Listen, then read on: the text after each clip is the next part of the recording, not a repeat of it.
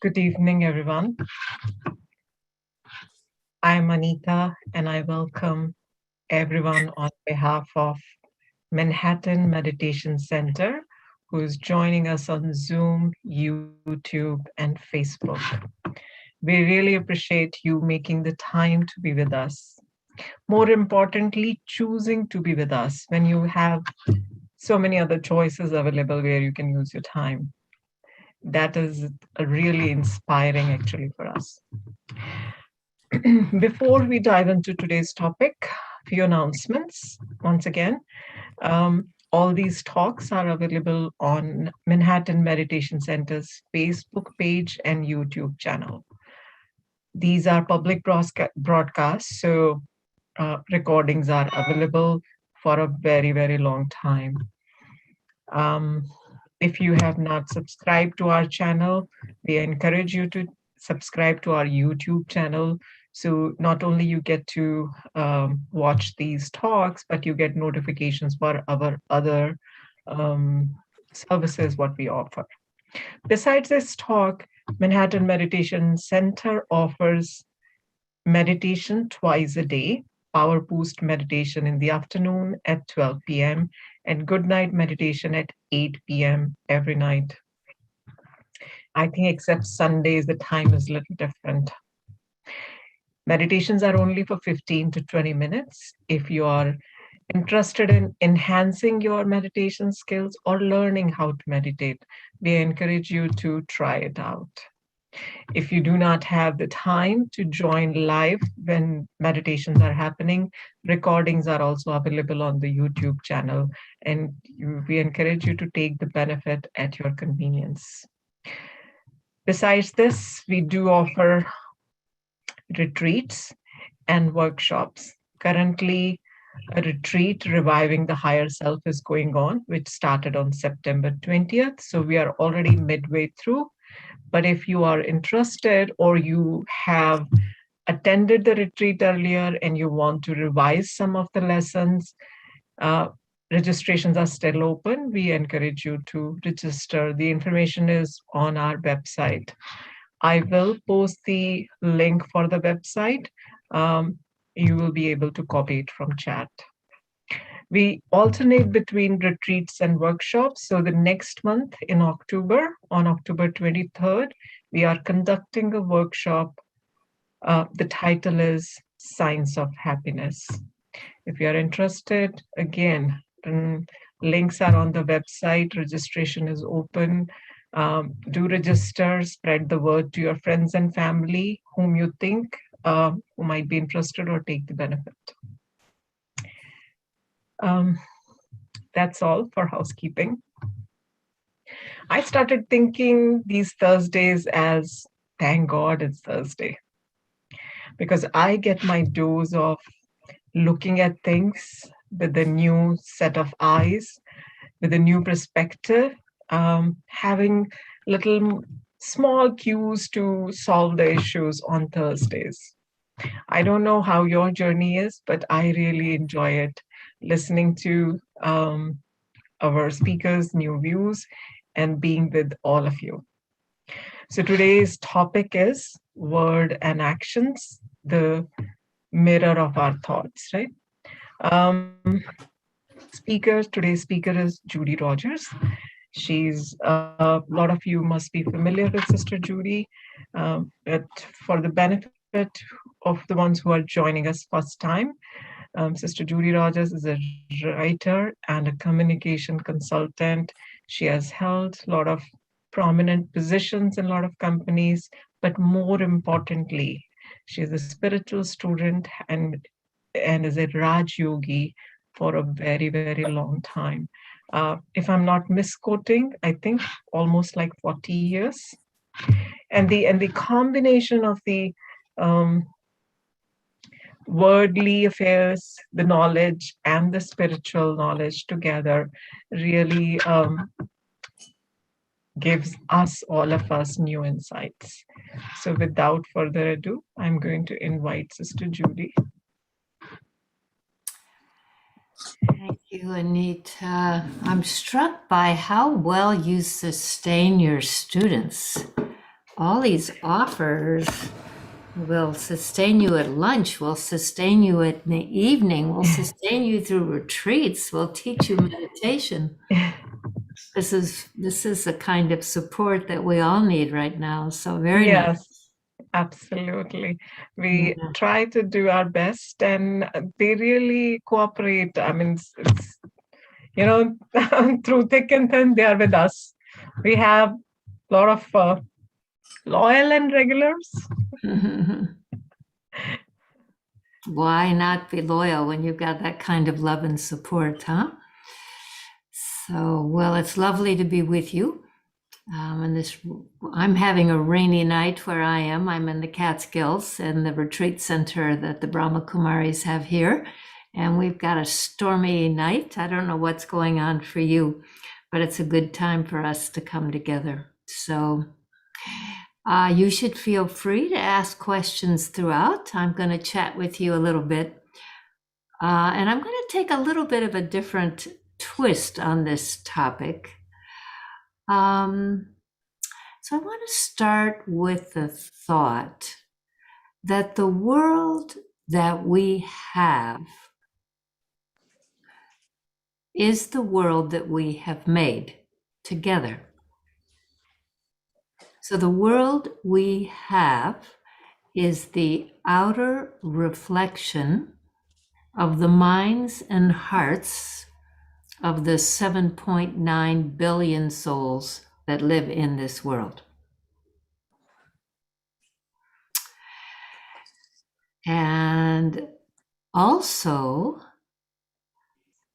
so someone's telling me in the chat, Northern New Jersey, stormy also. Okay, so we're all cozy in here together.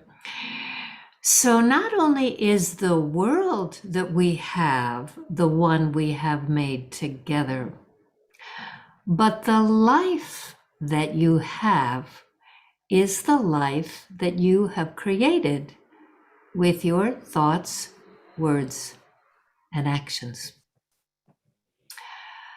So what I'm saying is that what we are inside is the source of what we say and what we do. So you might really like the life you have, in which case you say, great, I'm on track, I'm thinking and doing and speaking about things in just the right way. Or you might say, I want my life to be more beautiful, more great, maybe beyond great. So what do we do if we want to make our lives more beautiful and greater than they currently are? Or if we want to make our world more beautiful and greater than it currently is? So I thought tonight I would take you on a little journey with me. And I'm going to start in 2006. Which was the 90th birthday of someone named Dadi Janki. Now, I don't know how many of you know who I'm talking about with Dadi Janki. If you know, can you go to reactions on your Zoom screen and just put your hand up if you know who I'm talking about? Okay, got it. Okay, so some of you do. Some of you don't. So let me just say a little bit about her. So Dadi Janki, she was my teacher.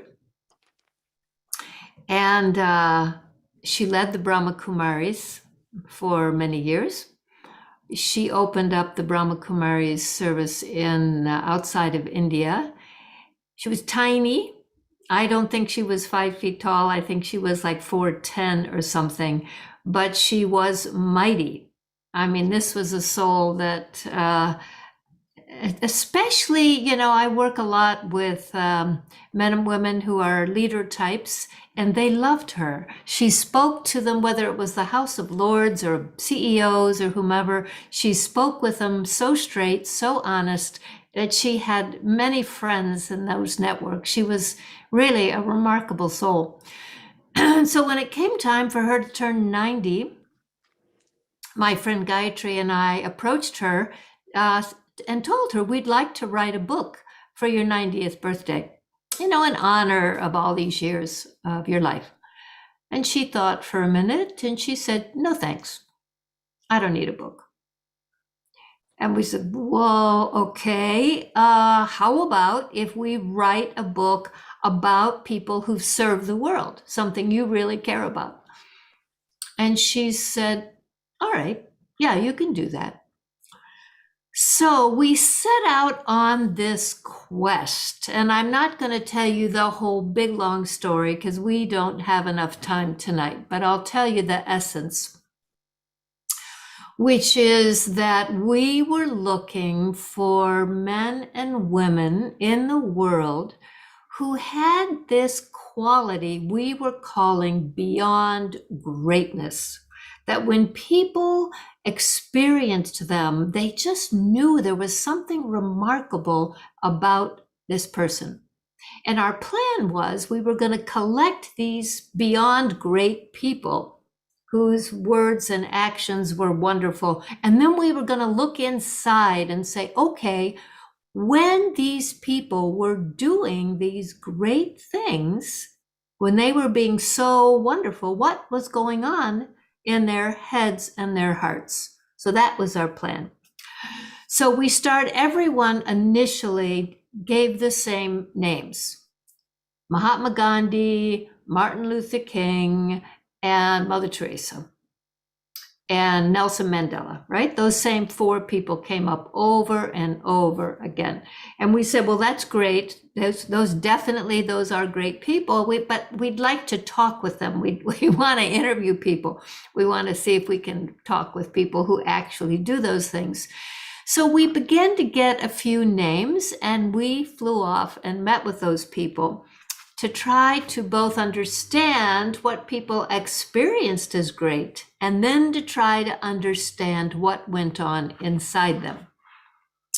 So I'm going to just read you a couple of little short stories so you can get the drift of what I'm talking about. So I don't know if any of you all remember, I think it was in, what year was it? 2007. Any of you remember the Subway Hero? Put your little reaction hand up if you remember the Subway Hero. No, you don't. Okay, a couple of you do. All right. So let me remind the rest of you of who this was. So this was a man, 50-year-old man, named Wesley Autry.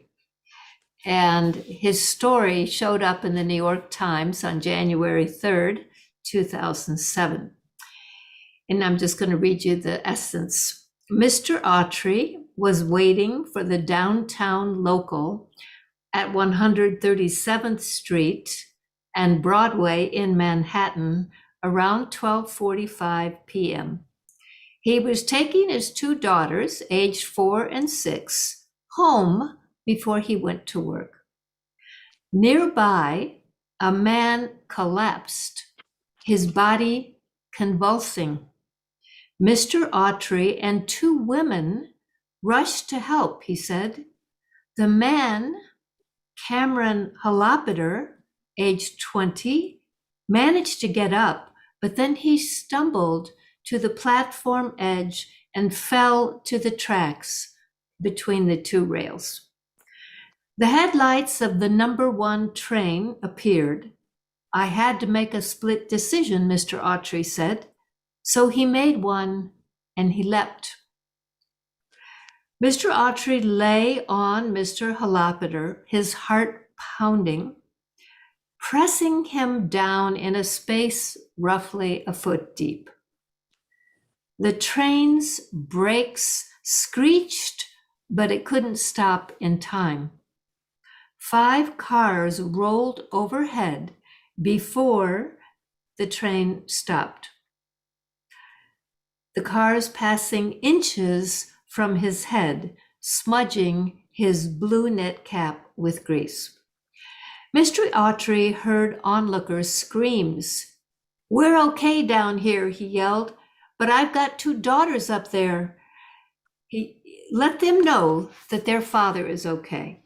He heard cries of wonder and applause. The power was cut, and the workers got them out.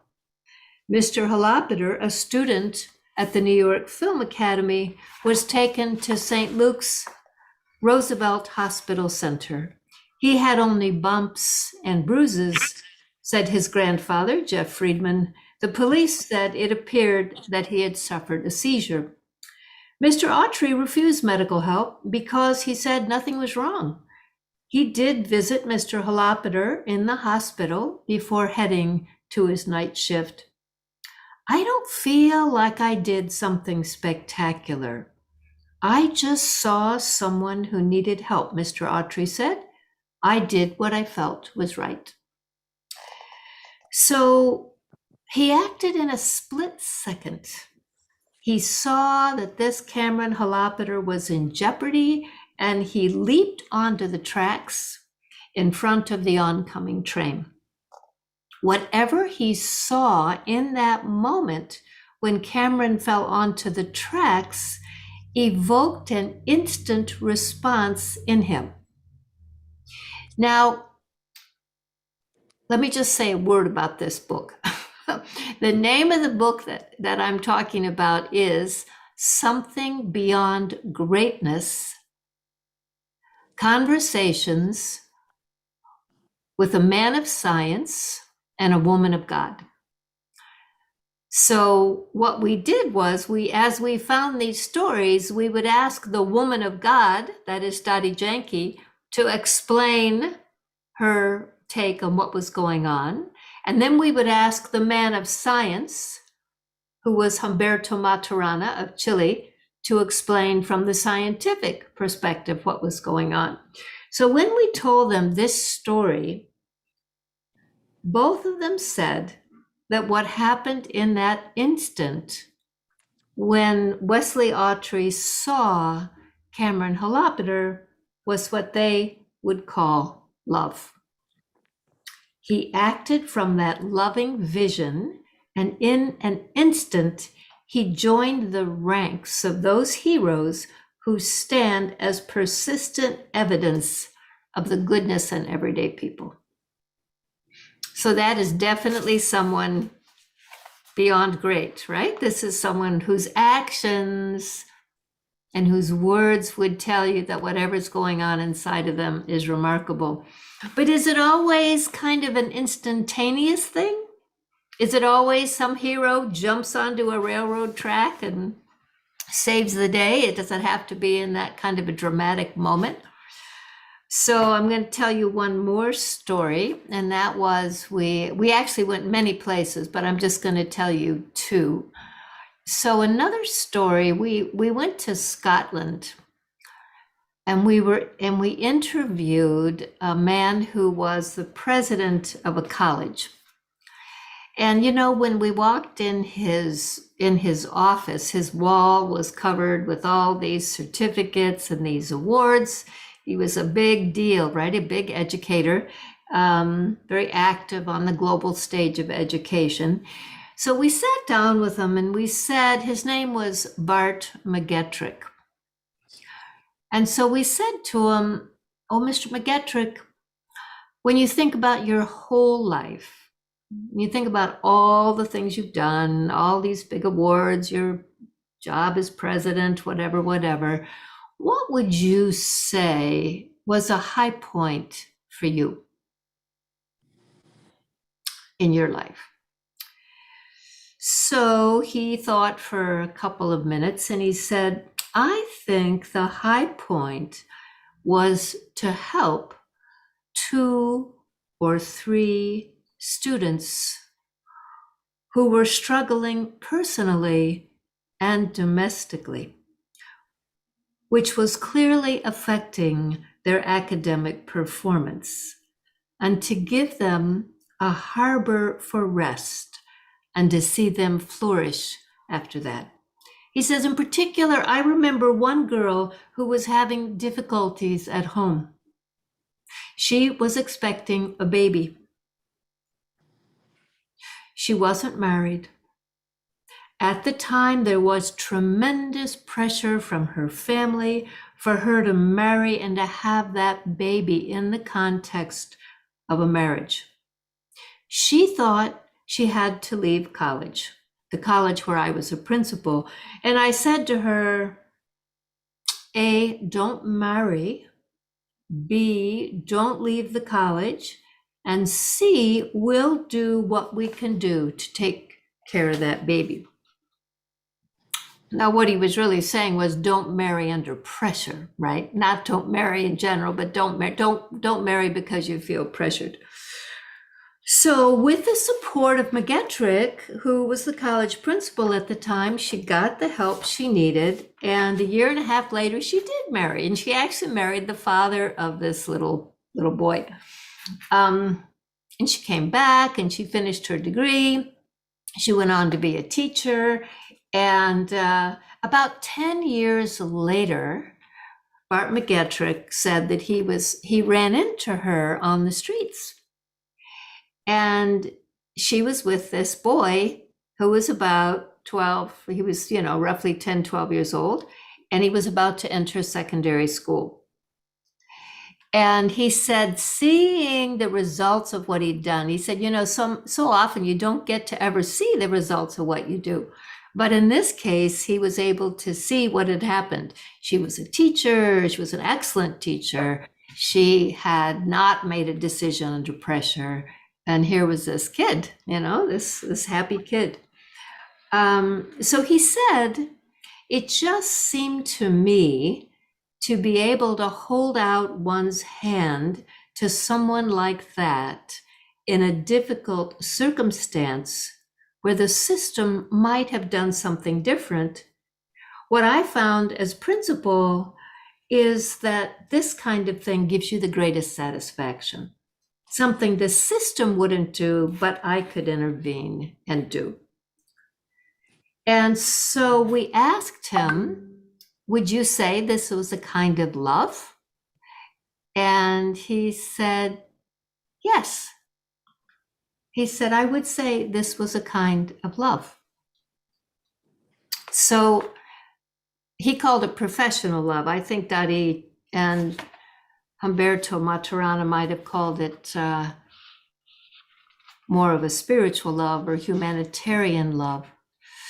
So we continued interviewing people, and they weren't all people who'd been written up in the paper. They weren't all headline news, but we began to sense a commonality in these stories.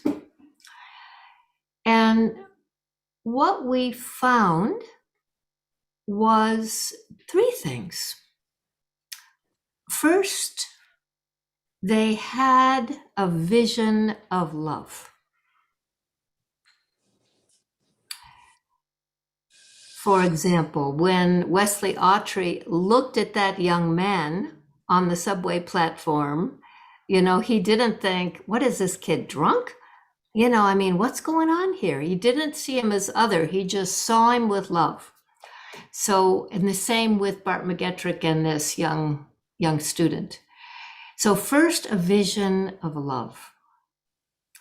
Second, they acted from the heart. So they didn't do a lot of thinking. They didn't do any analysis. Imagine if Wesley Autry had said, well, the train's coming, there's probably, how much room is there between the bottom of the train and the ground? It would have been too late, right? Or if Bart McGettrick had started talking about all the rules that had to happen, that had to be solved. So it wasn't about thinking. It was about acting from the heart. And then there was a little bit of magic, a little bit of right place, right time.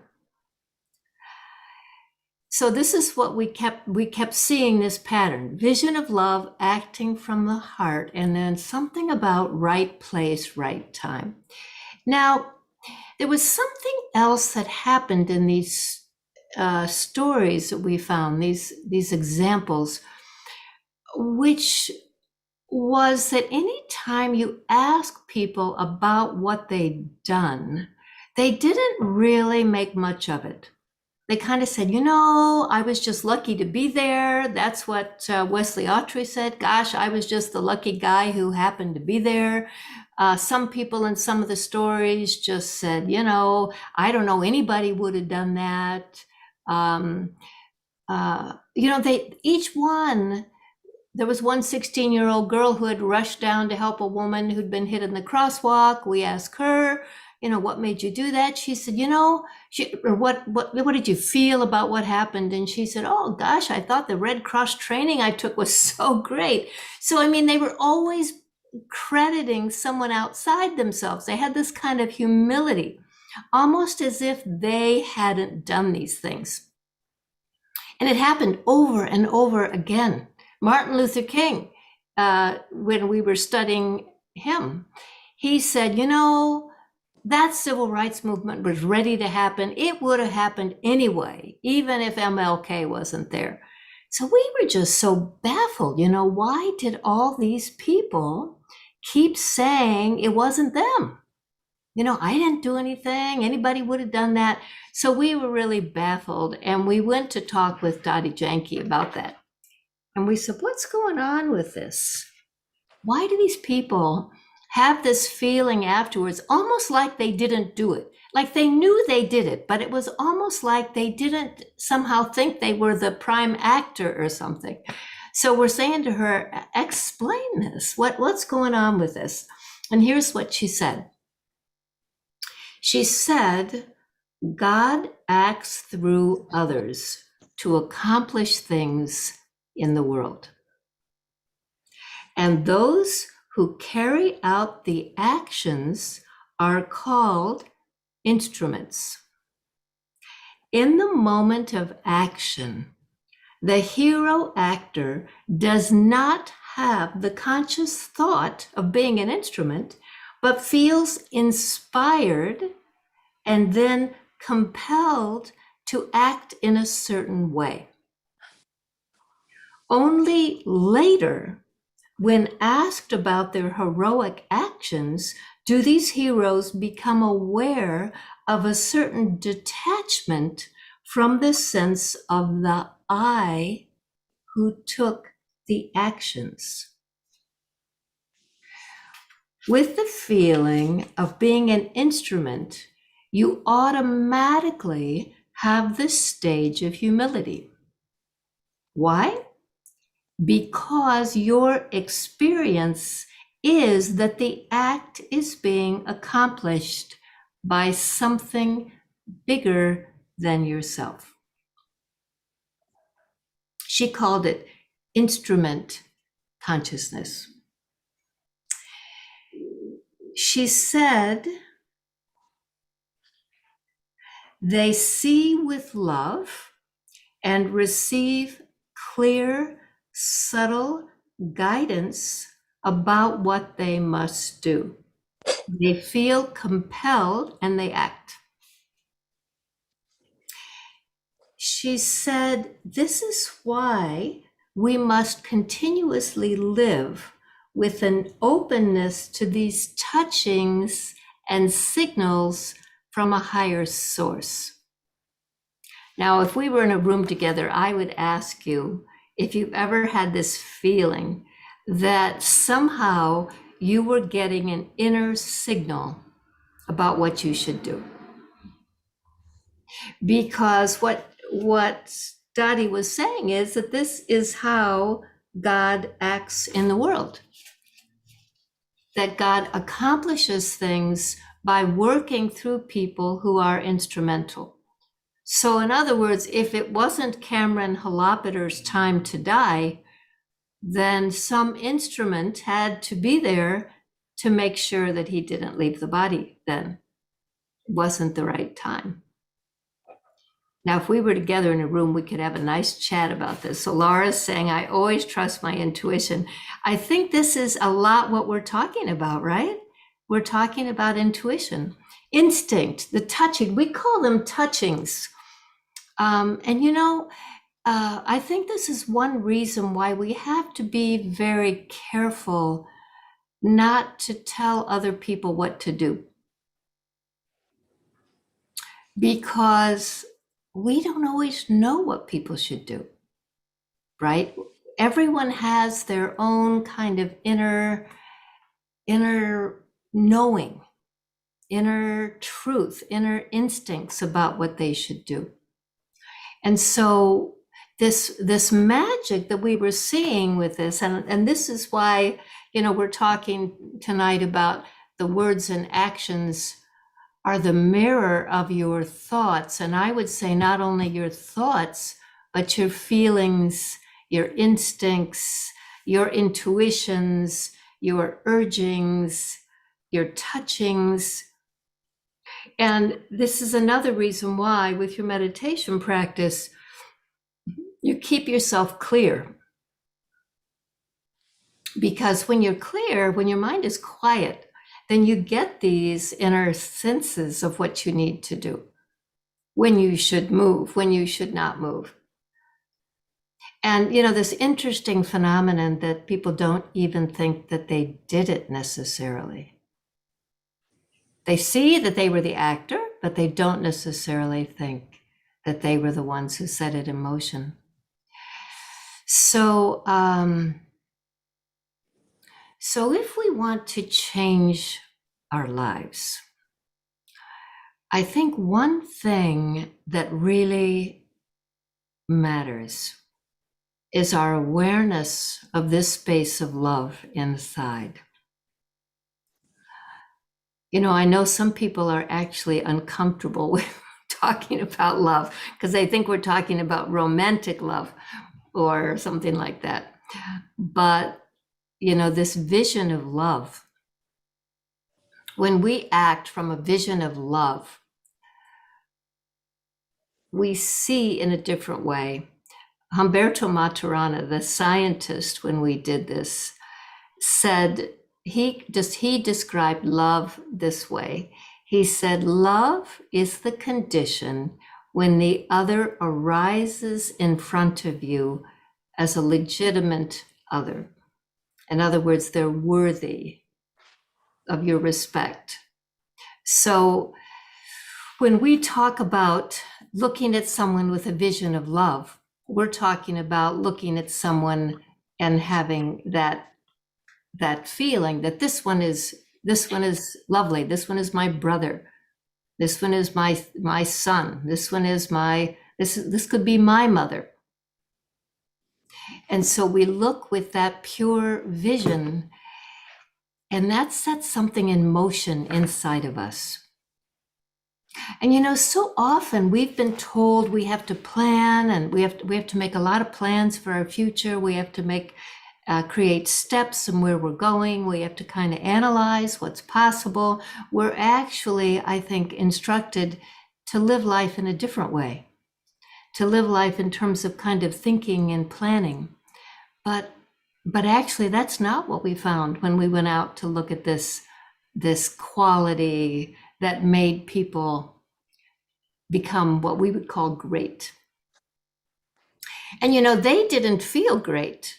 It was the people around them that said, this one is great. This one is really big-hearted. This one is really generous. This one is really a mentor for me. This one is really, this one is a lifesaver for me. It's other people who attribute those qualities to us. It's not that we set out to be great. We set out to be good, right? We set out to be loving. And then what happens from that is what other people call great. So what happens when we live our lives like this? What happens when we live our lives selflessly? So a few things happen. One is that we get the return of that loving action.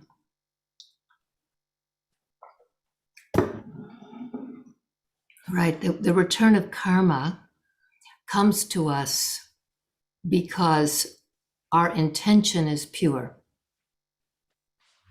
So if we act with a pure intention, we just act out of love. We don't want anything in return. We're not trying to be famous, or we're not acting from like a plan necessarily. It's spontaneous, it's loving, it's from the heart. We get the return of that in terms of the quality of our life. So let me see here. We've got, okay, did someone have a question? Okay. So yeah, so you get the loving return of that, and you also get blessings. You know, there is a ripple effect when we do something like this. The goodness in the action and the purity of the intention is so, it strikes people as so unusual, so beyond the norm, that it travels, the word travels throughout the whole town, right? Throughout the whole community, throughout the family. This is what this one did. So there's a ripple effect as people witness that. And so, you know, when we talk about changing the world, one of the dilemmas is we live in a time where the ripple effect that we're experiencing is of fear, right? We're experiencing a ripple effect of anxiety or fear or worry or sort of a constriction. And that has a chilling effect on society. But the same thing happens with benevolent action.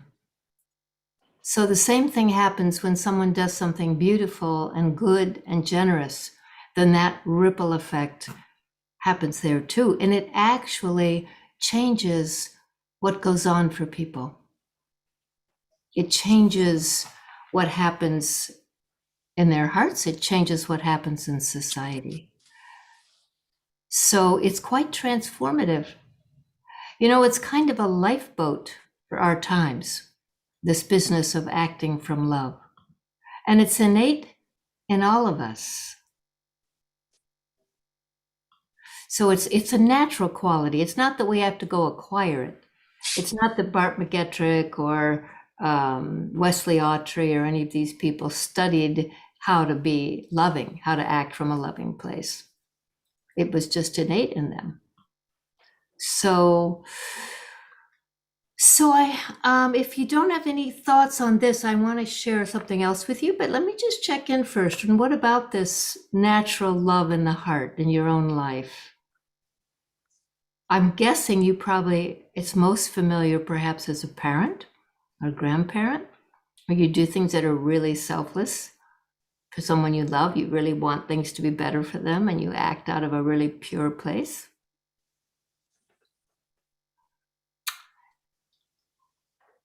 So, okay. So when we had mostly finished writing this book,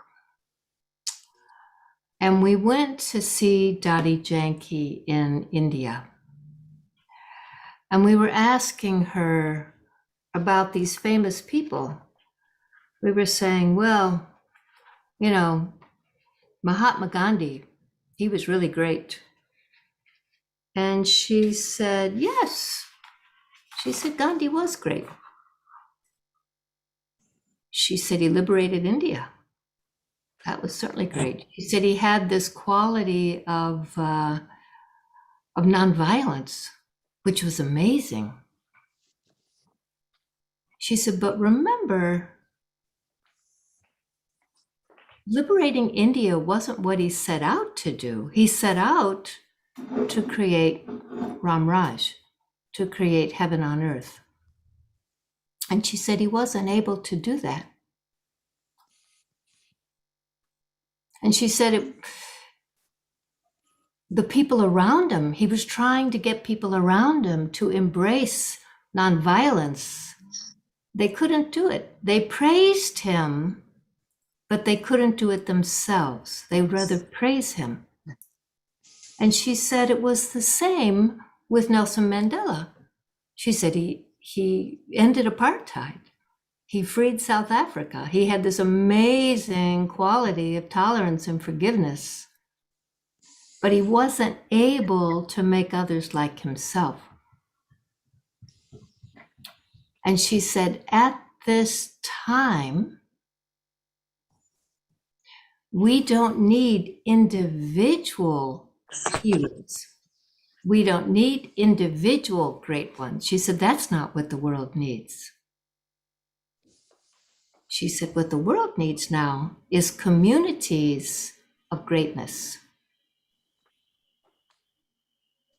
And she said, and that's what God is making now. Communities of greatness. So that brings us to how do we change not only our life, but the lives of those around us? And how do we change communities we're in? Yeah. Did someone say something?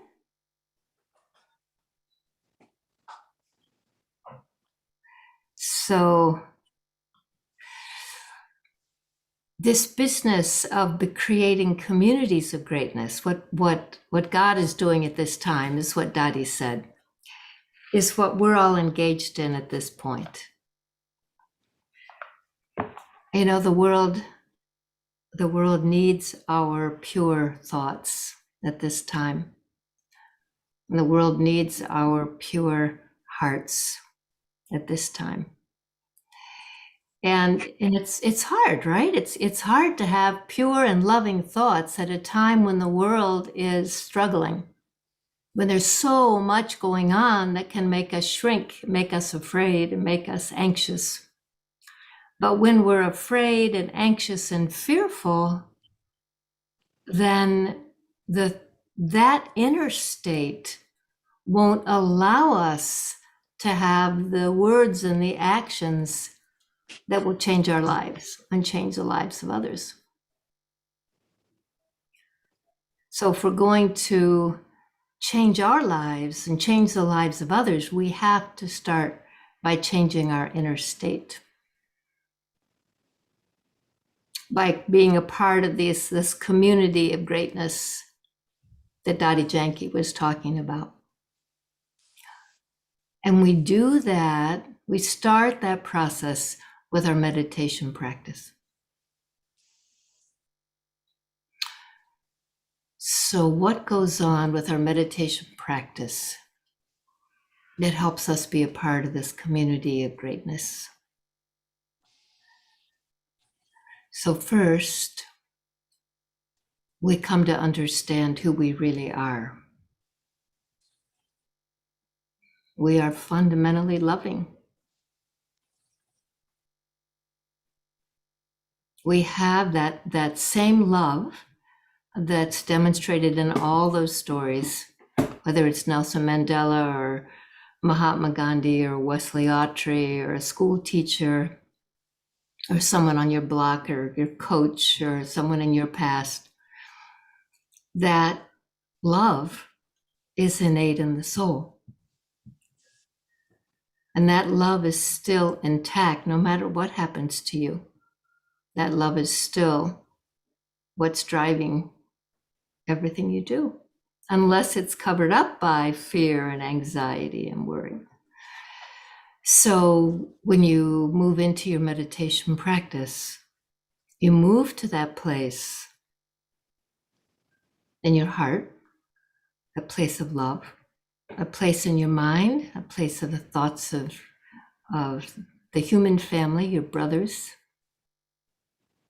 this place of brotherhood and sweetness.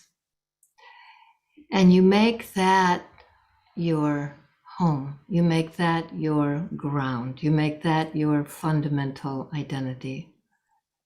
And you work from that place. You build that inner capacity for love, for peace, for kindness, for compassion, for sweetness. And when you do that, when you return to that every day, when you make that kind of reinforce that inside, then naturally, when you find yourself confronted with something, you act from that place. You act from that place of natural love and sweetness and peace, because that's who you really are. And so that's the acting from the heart. You're acting from who you really are. You don't think, you don't plan so much. You just move through the world responding in the moment you're in. You don't get too far out ahead of yourself. We can't actually get too far out ahead of ourselves right now. We don't know what's going to happen. We don't know what's going to happen in the next minute, let alone the next year. So it's about coming into yourself, coming into the present, coming into who you truly are, and living in that place of love.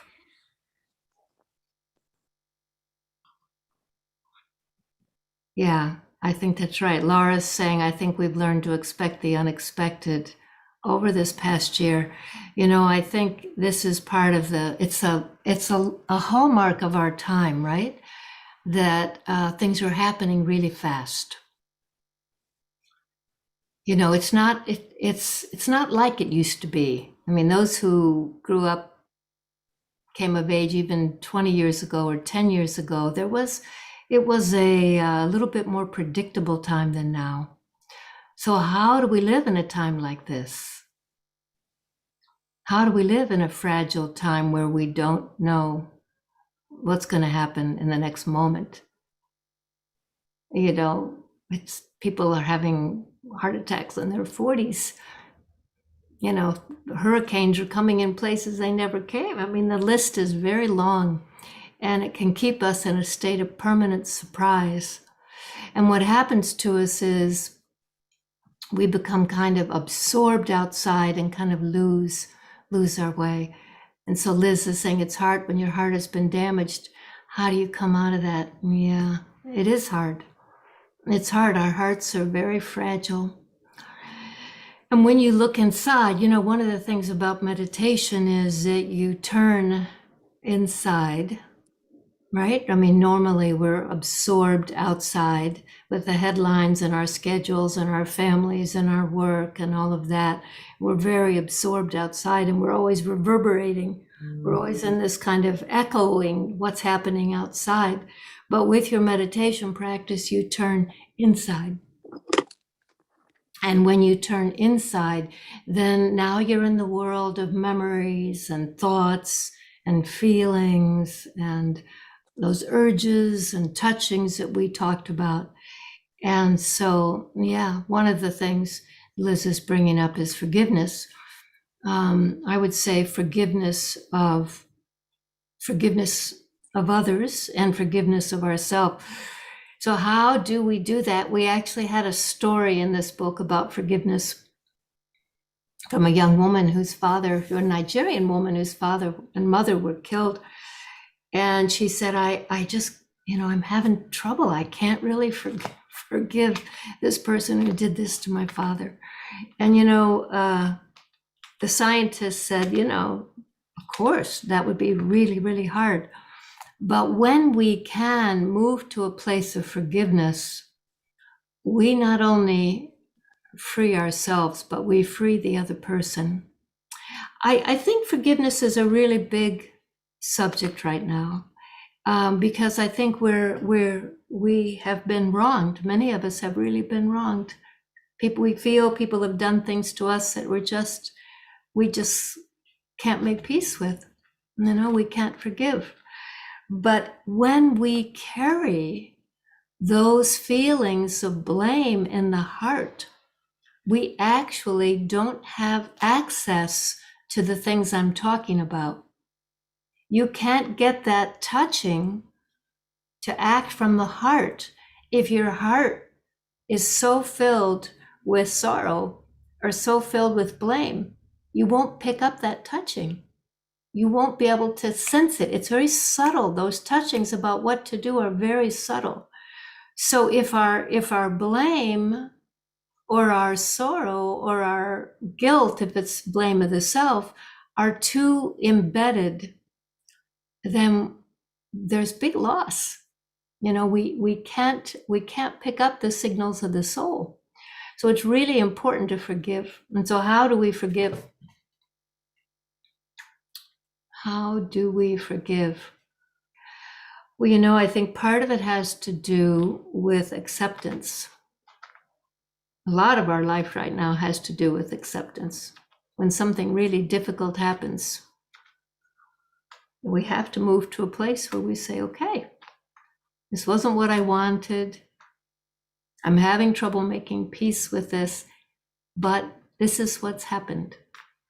And there's almost always, I would say there is always benefit living inside. Yeah, radical acceptance, that's nice, Joseph. There's almost always benefit living inside whatever happens. Have you ever lost a job and it opened a door to your consultancy? Or you were forced to move and you found in the new place something wonderful happened? You got sick, but during the time of your sickness, you went inside and a new you emerged. I mean, there's a lot of benefit that comes out of these things that feel adverse. So to be able to accept whatever's happened, that's the first step in forgiving, just to accept.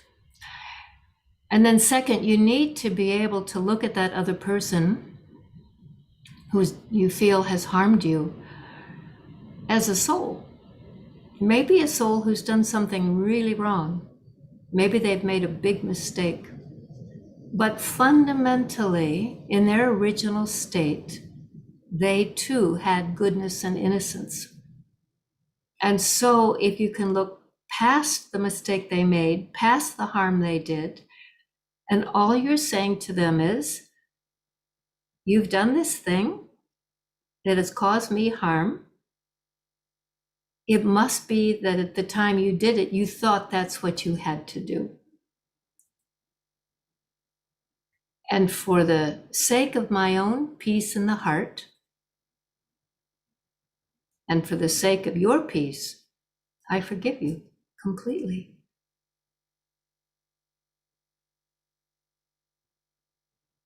Right? I'm not saying it's easy, but I'm saying it's very, very valuable. Poonam, yes, start from a place of kindness and empathy. Yep. Kindness and empathy, that's nice. Liza said, I moved into healing by saying I'm not different from them. That's right. I'm not different from them. I've made mistakes. If we don't forgive each other, we become so trapped in our blaming that we're actually constricted. And the states that I'm talking about here, these states of inner love, are free-flowing states. They come from these touchings that Dadi Janki was talking about. How can God use you as an instrument for his work in the world if your heart is locked up? If your mind is filled with blame, or your heart is filled with sorrow, God may want to work through you, but you're not available. You won't be able to pick up the subtle touching that's coming about what you should do. And Sister Judy, yeah, go ahead. May I share my as you said very rightly, all of us, we have been hurt, and that does put the heart in a cage kind of thing. But in my journey, when I came into the spiritual knowledge, one thing which opened it up is hearing that my karma is in my hand. And whatever others do, that is their choice. And what is important is how I act and all. And that really brought the thing of working innately, right? That in the moment, just be available for help. And that healed. Once you start doing that, that heals your, the heart which has been hurt and broken. And that's right. That's beautiful, Anita. That's right. I mean, the way karma works, you're not responsible for what anyone else did to you. That's what they did. That's their karmic account. You are responsible for what you do.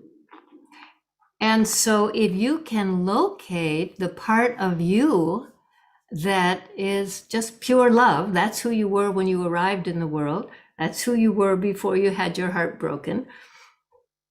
If you can locate that inside yourself and that empathy for the other who may feel they've made an enormous mistake or may not realize it yet, but may someday realize it. But whatever you do, that's what you get the return of.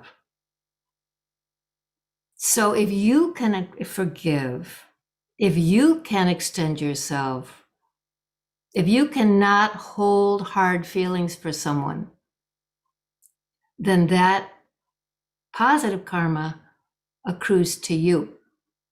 Not only does it accrue to you as positive karma, but it actually turns into a kind of inner strength.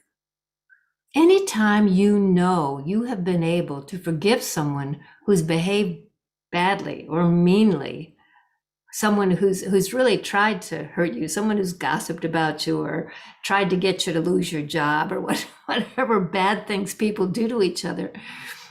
You know, there's two games going on, right? There's the game of the one we're in that's kind of all around us, our job, our family, etc. But then there's the big spiritual world that we're in. And they're not the same. You know, in the game of the things right around you, if you get ahead of someone else, you get points. If someone else gets ahead of you, you lose points. But in the spiritual game, you get your rewards for virtue, for kindness, love, compassion, generosity of heart, patience,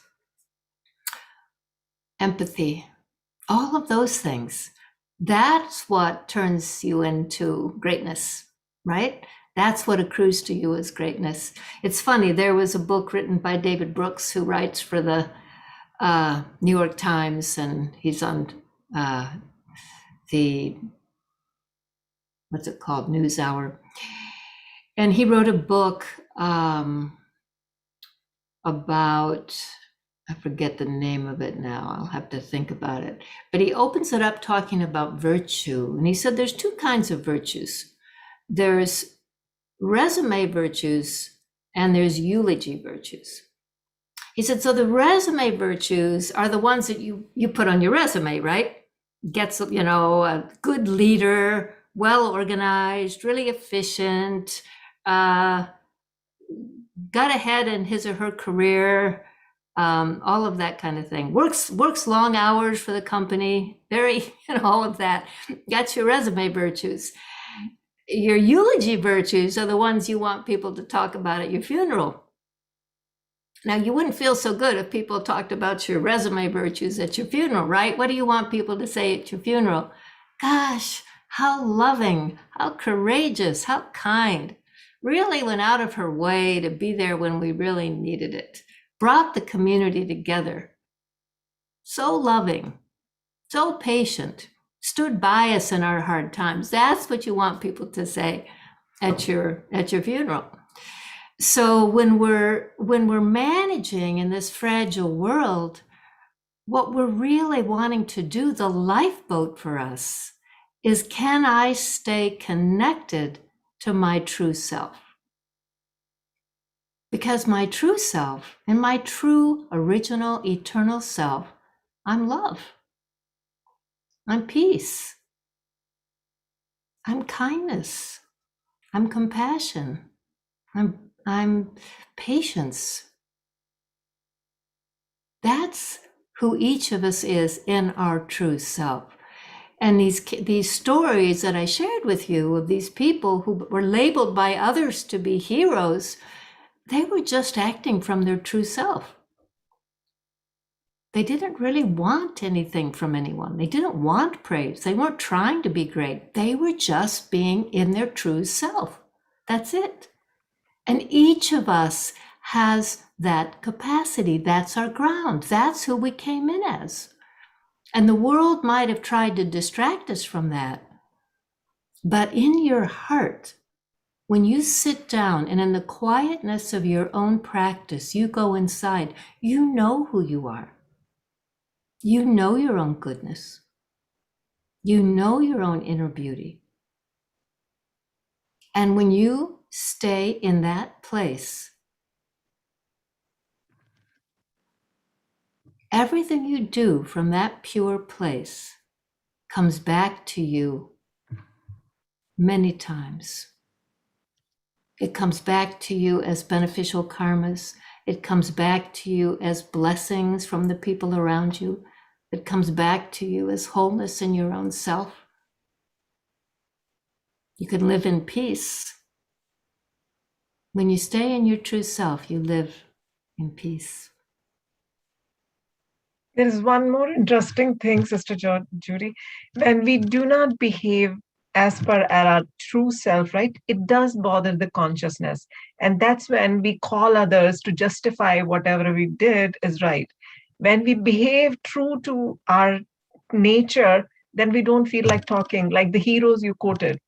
Yeah. Because you are they don't just, have anything to say, yeah, right? it's so much in peace with yourself Yeah, that you don't feel like you need to say anything about it. that's right. That's exactly right. You're completely at peace. Your conscience is clear. So I'm putting the name of the book in the chat, Something Beyond Greatness. Conversations with a man of science and a woman of God. But that's really the gift, isn't it? You know, there's a story in the book, and I'll close with this because we're a little bit over, of the man who used to head up, what's his name? Federico Mayor, who created the culture of peace at the United Nations. And they were going to give an award. This was before Nelson Mandela and Frederick de Klerk got there. I would like to read you this actually because it's so moving. Let me see if I can find it quickly because it's exactly the point that Anita is making. So they were about to give this award to Frederick de Klerk and Nelson Mandela, this peace award. And let me see if I can find the passage for you. He was at head of UNESCO. And he said, normally when somebody's been a prisoner, like Nelson Mandela had been on Robben Island for all those years, 27 years, they come out saying with a vengeance, boy, when I get free, you'll see what I'll do. If I leave here, I'll get even. But Mandela was thinking exactly the opposite. He was thinking, the problem is that when I leave here, I must embrace them. I must say that even though I have been 27 years in prison, I love everybody, whatever they are, blacks or whites. In this case, there was someone else who was playing a critical role in the story of South Africa. This is Mayor talking. You see, you need the other person. And he said, in this case, Mandela found Frederick de Klerk. Now, de Klerk was the president of South Africa. And he said, de Klerk was this kind of a person. He said, so I gave them the first Peace Prize of UNESCO. And he said, before I gave the award, I went to meet them both. He said that Nelson Mandela I'd known before. But he said, when I had a meeting alone with Frederick de Klerk, I told him, Mr. President, you know that very probably if you follow this way of friendship with Nelson Mandela, perhaps in 6 months, you will not be president anymore. You will lose all your power. And de Klerk looked at him and said, oh, but Mr. Mayor, at this moment, I will be able to sleep very well because it's a problem of conscience. right? And this is what you were saying.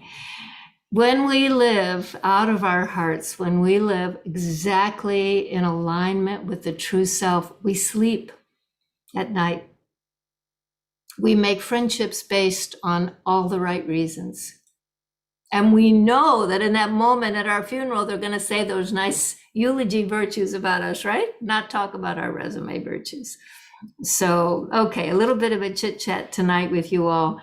I just think this business of what is going to get us through these fragile times, it's love. It's love. We have to be there for each other. Love is the lifeboat.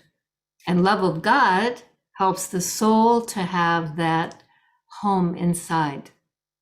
When the soul's connected with its spiritual source, then this well of love and peace and joy is natural. And that's our lifeboat. That's what gets us through. So, do you want to just close with a little bit of, just do a 1-minute meditation, huh? So just sit quietly with yourself and let all the thoughts that are racing around in your head, all the headlines, whatever's coming across your cell phone, let all of that quiet down. For just a minute, don't check your phone and don't think about what you heard today. Just sit quietly. Ask your mind to be really still. And slow your thoughts down and become silent. And turn your face inside and become aware of what a beautiful soul you are. Living in this body, living in this time, but you, the soul, are very beautiful. Your natural nature is to be completely at peace. This is why you love to be in nature, because it reminds you of your own peace. And your heart, the natural state of your heart, is to be filled with love. Fear is not your nature. Worry is not your nature. Your heart is completely filled with love. And that love in your heart is so powerful that when you live in that awareness of your loving heart, then every word that comes out of your mouth and everything you do is a gift for everyone around you. So hold that place for just a few moments. Your mind is at peace and your heart is filled with love.